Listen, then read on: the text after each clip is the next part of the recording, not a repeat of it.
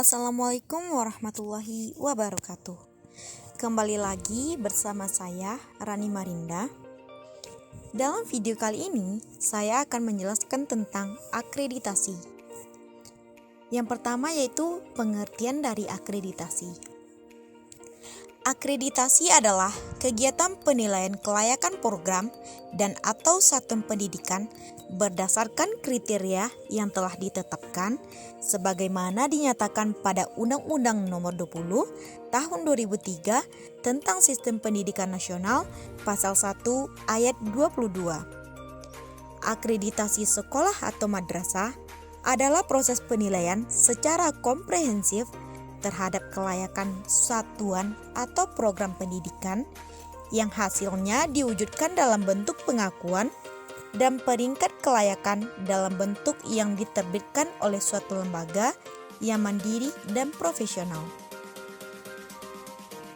Kelayakan program dan satuan pendidikan mengacu kepada SNP. SNP adalah kriteria minimal tentang sistem pendidikan di seluruh wilayah hukum negara Republik Indonesia. Oleh karena itu, SNP harus dijadikan acuan guna memetakan secara utuh profil kualitas sekolah atau madrasah. 8. Standar Nasional Pendidikan.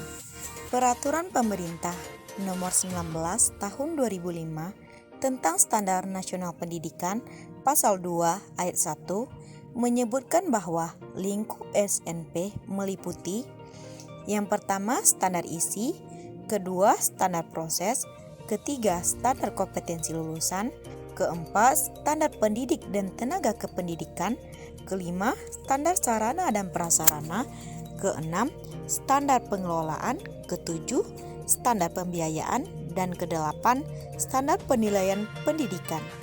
Dengan adanya kegiatan akreditasi diharapkan menjadi pendorong dan dapat menciptakan suasana kondusif bagi perkembangan pendidikan dan memberikan arahan untuk melakukan penjaminan mutu sekolah atau madrasah yang berkelanjutan, serta terus berusaha mencapai mutu yang diharapkan. Syarat akreditasi sekolah atau madrasah. Adapun sekolah atau madrasah yang mengusulkan untuk diakreditasi harus memenuhi persyaratan sebagai berikut. Yang pertama, memiliki surat keputusan pendirian atau operasional sekolah atau madrasah. Yang kedua, memiliki peserta didik pada semua tingkatan kelas. Yang ketiga, memiliki sarana dan prasarana pendidikan. Yang keempat, memiliki pendidik dan tenaga kependidikan. Yang kelima, melaksanakan kurikulum yang berlaku. Dan yang keenam, telah meluluskan peserta didik. Nilai akreditasi sekolah atau madrasah. Hasil dari proses akreditasi sekolah atau madrasah berupa pengakuan terakreditasi atau tidak terakreditasi. Untuk sekolah atau madrasah yang terakreditasi diklasifikasikan dalam 3 kategori. Yang pertama, akreditasi A atau amat baik dengan rentang nilai 86 sampai 100. Yang kedua, akreditasi B atau baik dengan rentang nilai 71 sampai 85. Yang ketiga, akreditasi C atau cukup dengan rentang nilai 56 sampai 70. Sedangkan jika nilai akreditasi kurang dari 56, artinya sekolah tersebut mendapat predikat tidak terakreditasi, atau dengan kata lain, tidak layak mendapatkan predikat terakreditasi. Tujuan akreditasi sekolah atau madrasah. Yang pertama, memberikan informasi tentang kelayakan sekolah atau madrasah atau program yang dilaksanakannya berdasarkan SNP. Yang kedua, memberikan pengakuan peringkat kelayakan. Yang ketiga, memetakan mutu pendidikan berdasarkan SNP. Dan yang keempat, memberikan pertanggungjawaban kepada pemangku kepentingan atau stakeholder sebagai bentuk akuntabilitas publik. Selanjutnya yaitu ada manfaat dari hasil akreditasi. Yang pertama, acuan dalam upaya peningkatan mutu dan rencana pengembangan sekolah atau madrasah. Yang kedua, umpan balik dalam usaha pemberdayaan dan pengembangan kinerja warga sekolah atau madrasah dalam rangka menerapkan visi, misi, tujuan, sasaran, strategi, dan program sekolah atau madrasah.